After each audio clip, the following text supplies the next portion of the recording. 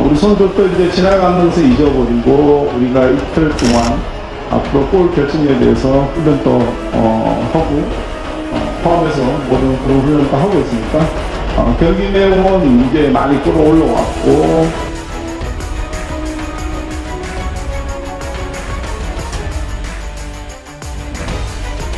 dia memperkuat Viking ya di pertandingan Piala Norwegia pada sehari yang lalu, dan kalau dikabarkan dia sempat ditarik keluar pada menit 79 ya, kalau nggak salah, dan karena dianggap dia ada benturan keras dengan lawan ketika dia bermain bersama Fredrikstad di babak 32 besar, dan akhirnya klub Viking ya, klubnya Saint Patinama ini bisa memenangkan pertandingan walaupun dia itu ditarik keluar karena disinyalir dia juga bermasalah. 3 pemain naturalisasi yang cedera jelang laga Timnas Indonesia versus Palestina nomor 1 Saint Patinama. Laga kontra Palestina akan dilakoni skuad Garuda julukan Timnas Indonesia lebih dahulu. Tepatnya laga itu akan berlangsung di Stadion Gelora Bung Tomo, Surabaya pada 14 Juni 2023. Selang 5 hari kemudian Timnas Indonesia akan berhadapan dengan Lionel Messi CS. Laga itu akan berlangsung di Stadion Utama Gelora Bung Karno, Jakarta pada 19 Juni 2023. Demi mendulang hasil manis, Sinteyong memanggil para pemain terbaik Indonesia, termasuk pemain naturalisasi yang berkarir di luar negeri.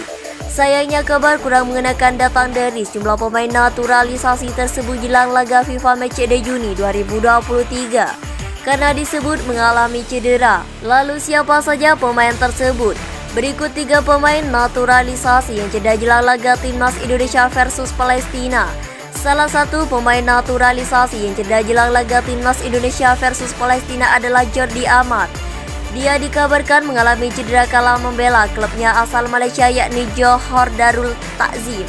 Hal itu terjadi kala JDT melawan Pulau Pinang FC di pekan ke-13 Liga Malaysia 2020 hingga 2023. Laga yang berakhir dengan kemenangan JDT 2-1 itu digelar di Stadion Bandaraya Pulau Pinang Jumat 3 Juni 2023. Namun Jordi Amat memastikan kondisinya telah membaik saat ini. Hal itu disampaikan dalam unggahan di Instagram pribadinya Jordi Amat 5. Hai teman-teman, hanya ingin beritahu Anda bahwa saya merasa lebih baik sekarang dari ketidaknyamanan yang mencegah saya menyelesaikan pertandingan terakhir.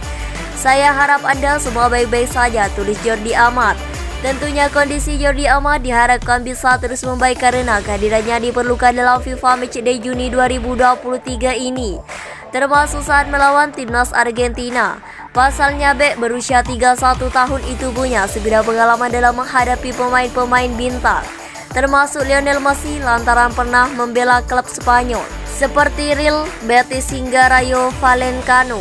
Selanjutnya ada nama Sandy Walsh. Dia juga dikabarkan cedera saat menjalani pemusatan latihan Timnas Indonesia di Surabaya. Kabar tersebut diketahui melalui unggahan video akun YouTube Kabar Bola pada Rabu tanggal 7 bulan 6 2023. Dalam unggahan video tersebut, Sandy Walsh terlihat mendapatkan perawatan dari staf pelatih Timnas Indonesia di lapangan.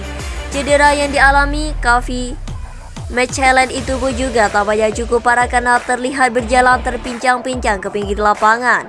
Kini kondisi Sandy Walsh diharapkan berangsur membaik, sebab Sandy Walsh sendiri sejatinya baru akan melakoni debut bersama Timnas Indonesia di FIFA Matchday Juni 2023 ini. Terakhir ada Saint Patinama, pemain yang resmi dinaturalisasi menjadi warga negara Indonesia pada 24